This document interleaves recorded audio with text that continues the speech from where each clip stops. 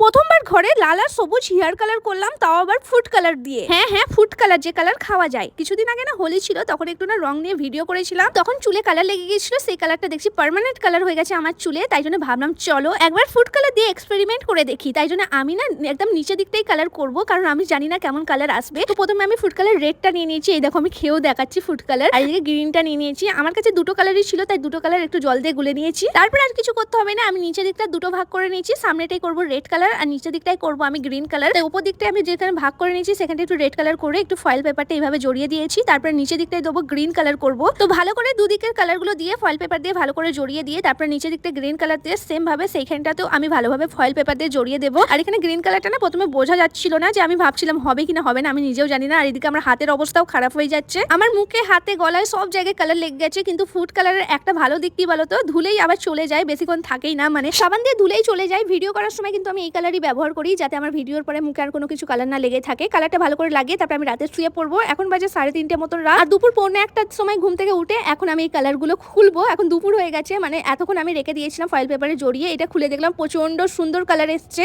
কিন্তু আসল ব্যাপারটা হলো এবার শ্যাম্পু করে দেখার পালা। এবার শ্যাম্পু করে চলো দেখি কালারটা থাকে নাকি। তারপর শ্যাম্পু ভালো করে দুবার করে দেখলাম, কালারটা সত্যি দেখো এত সুন্দর চলে এসছে। আর কালারটা প্রচন্ড দেখতে সুন্দর লাগছিল। গ্রিন কালারটা অতটা বোঝা যাচ্ছিল না, কিন্তু রেডটা প্রচন্ড সুন্দর লাগছে। তো তোমাদের কেমন লাগলো আমার নিউ হেয়ার কালারটা তোমরা কমেন্ট করে বলো। এবার ভাবছি পুরো চুলটা এবার রেড করে দেবো।